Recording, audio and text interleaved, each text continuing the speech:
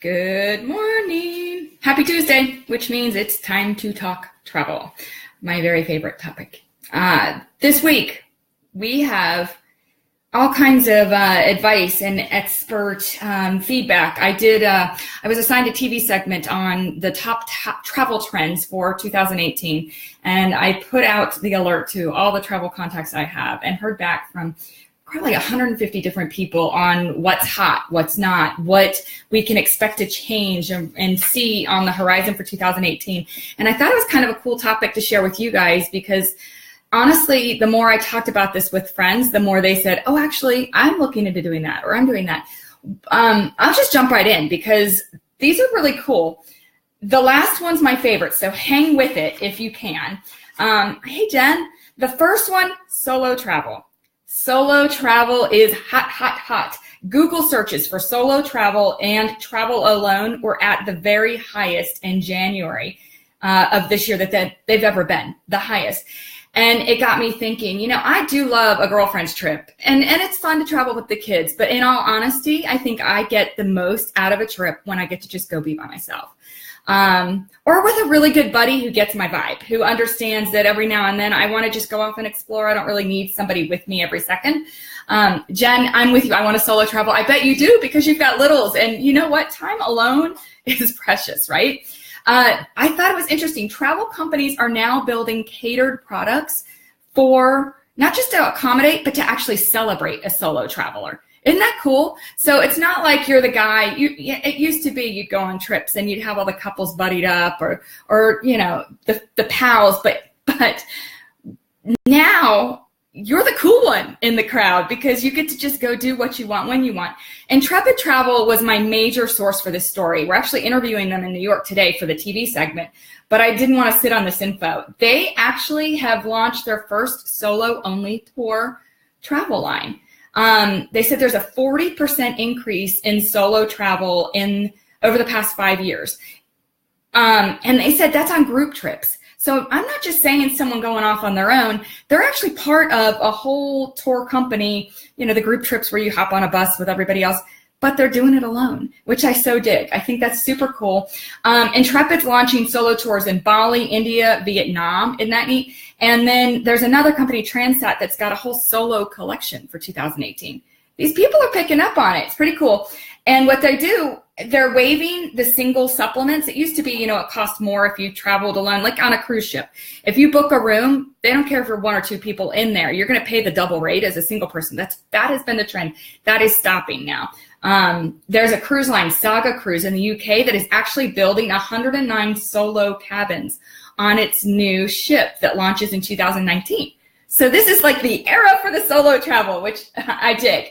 Another cool spinoff of that it is cool, isn't it, Jen? Another cool spinoff of that is modern family dynamics because there are now, in 2016, so this is just the latest statistics from the Census Bureau, 35.89 million single-person households in the U.S., 35.89 million out of 82. Think about that. My math's not great, but that's what, 35%, maybe 40? It's not 50, 41 million would be, but 35.8 million. So the travel industry is caught up. Again, they're not going to be double charging everybody. Virgin Holidays has actually launched a new price program for single parents. And at Intrepid Travel, they said they've seen a 16% growth in family bookings where there's only one parent along. So instead of, that one parent having to pay the double rate in order to be in the room with the kids, now they're charging less. They're not requiring a spouse. Isn't that helpful? For those of us who don't have a spouse to kick in the car with us. Number 3 on the trends, adventure travel is changing. It's not the all, holds barred, pedal to the metal, risky adrenaline stuff that adventure travel used to be. Low key now. Adventure to them now is experiencing the new culture. I kind of like both kinds. I am an adrenaline junkie. I love to just zip line and hang glide and jump off of waterfalls. I dig that. Helps me remember I'm alive. But experiencing new culture, to me, it's not a trip. If you go, say, Turks and Caicos, or you go to Aruba, and you just hang out at the little resort if you're an all-inclusive and you hang out inside the resort walls, get rid of that. No, go be with the people. Find out what the locals do for fun, right? So that's pretty cool. They now say, Intrepid says, they've got a 20% increase in their travel bookings for real food adventures. And I'm not a foodie, but I will tell you, I do two things when I go to a new city. I like to see it from the water, if that's even possible. Can't really do that like Montana, or New Mexico. Where did I go last? I think it was Phoenix, Arizona. And I'm like, give me the water tour. Yes, the beach is fun to enjoy, but explore. I love getting out of the resort walls and finding a local somewhere. Or even at the resort, you can say to the concierge, okay, I get that you're supposed to spend this or that for your tourists, but where does your family hang out on a Saturday or Friday night? You know, if you want to go find the best place to go dancing, stuff like that. They're full of the good tips. So I think that's cool. The food tour is my second. Okay, so water tours and then food adventure tours. I'm not a foodie. Don't really care about the food, but I have learned that it's the best way to get a really quick and interesting history lesson on wherever you are. I learned this. I did in Puerto Vallarta, I did a taco food tour. I don't even love tacos, to be honest. And I thought, how on earth, there were 10 stops along the way, and how on earth am I going to eat 10 tacos walking through a town? But they were little round plate tacos, not like a big one. And I will tell you still, I had the best taco of my life, smoked marlin with Gouda cheese. Best taco ever there. But what I also learned was all about Elizabeth Burton and her affair, or Elizabeth Taylor and Richard Burton, how they had a little love shack there. You learn all about the whole culture of the city. So that's pretty cool. But they're saying essentially this adventure travel is being redefined, and they're including things like this. Like there are locally focused shopping tours. Yes, Jen, bring on the food. See, I'm not a foodie. I'm really not. Dessert's a whole nother matter, but I think it's kind of cool that now that's what they're defining as adventure travel, is actually getting out and connecting with the locals. Are we on number 4 now? Wellness travel. Well, you know how wellness travel used to be sort of lame? Okay, lame in my definition, but it meant going to a resort where you do spa treatments, and maybe you'd wake up and do yoga, and that's as exciting as it got. Not anymore. Now, health conscious travel is including activities. So you're getting on the bikes and you're riding 5 miles through the countryside, that kind of thing. It said it's new offerings for travelers to maintain their personal well-being on the road. It's not surprising when you think about it. They said the growing trend of health and wellness in general. Intrepid Travel, again, gave me this stat. More than 50% of Americans are now getting the recommended amount of exercise per week. Yay, right? We're getting fit. And this is saying that the wellness travel people have figured out that, you know what, we need to get on board with this. Another story I did a couple months ago dealt with hotel rooms actually putting fitness equipment in your room.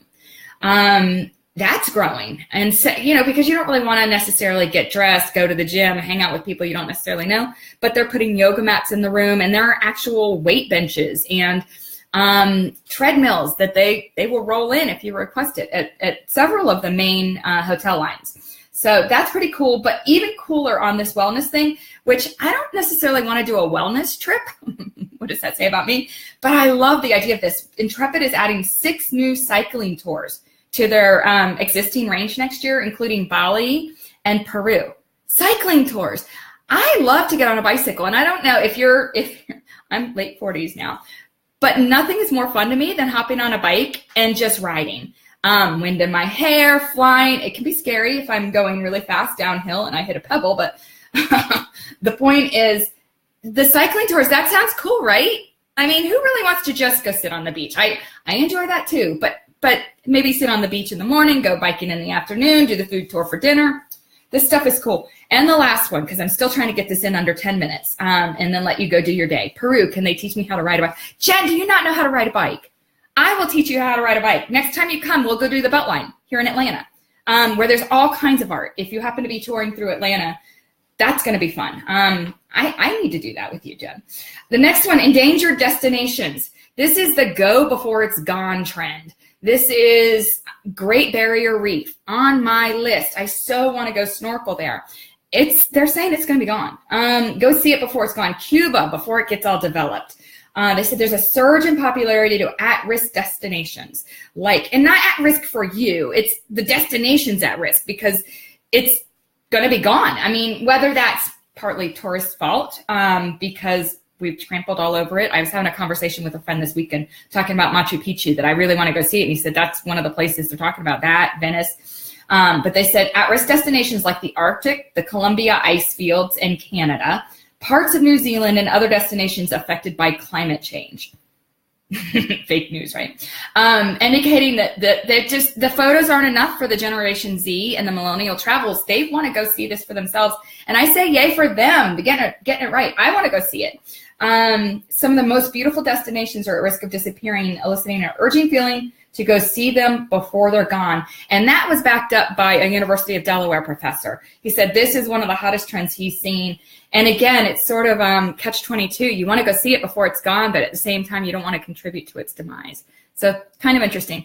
All right, so we talked more than 11 minutes today. I wanted to keep it under 10, but I hit on some of the coolest travel trends. If there's something I missed on the list that you want me to hit on next week, let me know. But I'm going to tell you right now, next week's Time to Talk Travel is coming to you from the Bahamas. I will be in Nassau, Bahamas, visiting a girlfriend next week during Time to Talk Travel. So we're going to look for a great Wi-Fi spot and bring it to you. The last time I did this, I was doing segments from there, and we had a blast. We were sitting at a restaurant, and in rolled the worst thunderstorm right in the middle of the live.